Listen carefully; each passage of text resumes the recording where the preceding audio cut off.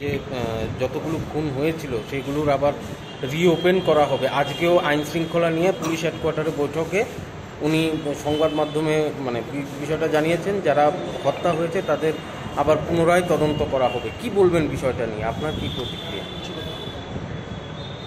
নিজেকে যখন হাসির খোরাক তোলে নিজে কেউ, কম্পিটিশন হচ্ছে। তো আমার মনে হয় আগেরকার যিনি মুখ্যমন্ত্রী ছিলেন এবং বর্তমানের মধ্যে একটা কম্পিটিশন লেগে যাচ্ছে, কে আবল তাবল বেশি বলতে পারে। মাকাল ফল হিসেবে নিজেকে কেউ যদি উত্থাপিত করেন, আমাদের কি বলার রয়েছে? Fact of the matter is, যদি কোনো খুনে মামলায় যদি ট্রায়াল সম্পন্ন হয়ে যায়, বিচার হয়ে যায়, আইনের কোনো প্রভিশন নেই এই কেস রিওপেন করা। মুখ্যমন্ত্রী কেন বলেন উনি ভালোভাবে বলতে পারবেন। সরকারে আপনার আমার জনগণের টাকা খরচা করে আমরা অ্যাডভোকেট জেনারেল রয়েছে, ল সেক্রেটারি রয়েছে, গভর্নমেন্ট অ্যাডভোকেট রয়েছে, পাবলিক প্রসিকিউটর রয়েছে, উনি ওনাদের অ্যাডভাইস নিয়ে মুখটা খুলতেন ভালো হতো। আইন দপ্তরের মন্ত্রীও বটে উনি। এই সমস্ত কথাবার্তা নিজেকে হালকা করেছে। আসল কথা কি জানেন তো, কাদের বিরুদ্ধে করবে? যারা খুনের সাথে জড়িত, হয়তো বেকসুর খালাস হয়ে গেছে সাক্ষ্য প্রমাণের অভাবে, এরা তো এখন বিজেপির অ্যাসেট, বিজেপির সম্পদ হচ্ছে এরা।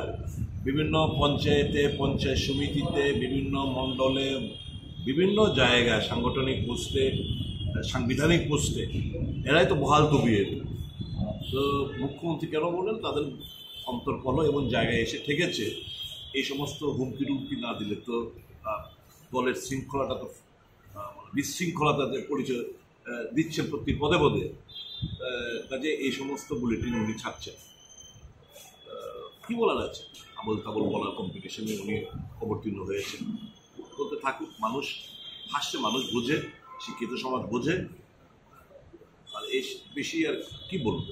আসলে আমি এত 21টা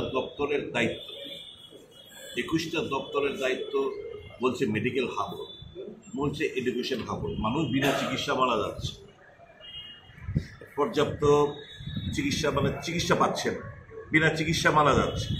শিক্ষা বেহাল, উচ্চ শিক্ষা বেহাল, স্কুল শিক্ষা বেহাল,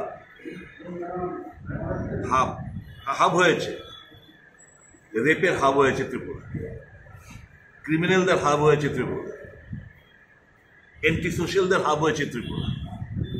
বিজেপির জামানায় এই হাবগুলো ওনারা, হারমাত ভাইদের হাব হয়েছে ত্রিপুরা। এই জিনিসগুলো খুব সুন্দরভাবে ওনারা করতে পেরেছে। ধিক্কার জানাই।